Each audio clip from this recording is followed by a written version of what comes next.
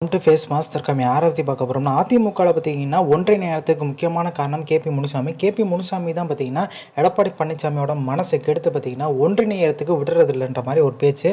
ஒன்றிணைஞ்சு தான் கண்டிப்பாக கேபி முனுசாமிக்கு பார்த்தீங்கன்னா அந்த பொதுச்செயலாளர் துணை பதவி பார்த்தீங்கன்னா பறிபெறும். எடப்பாடி பழனிசாமி பார்த்தீங்கன்னா ஒன்றிணைச்சார், சசிகலா ஓபிஎஸ் உள்ள வந்தாலே பார்த்தீங்கன்னா கேபி முனுசாமி கட்சி விட்டு போகிற ஒரு சூழ்நிலை உருவாயிரும். ஸோ ரீசெண்டாக பார்த்தீங்கன்னா கேசி பழனிசாமி கூட ஒரு விஷயம் சொல்லியிருந்தார். கேபி முனுசாமி பார்த்தீங்கன்னா இருந்தானா எல்லாமே காலி பண்ணிட்டு வருவார்.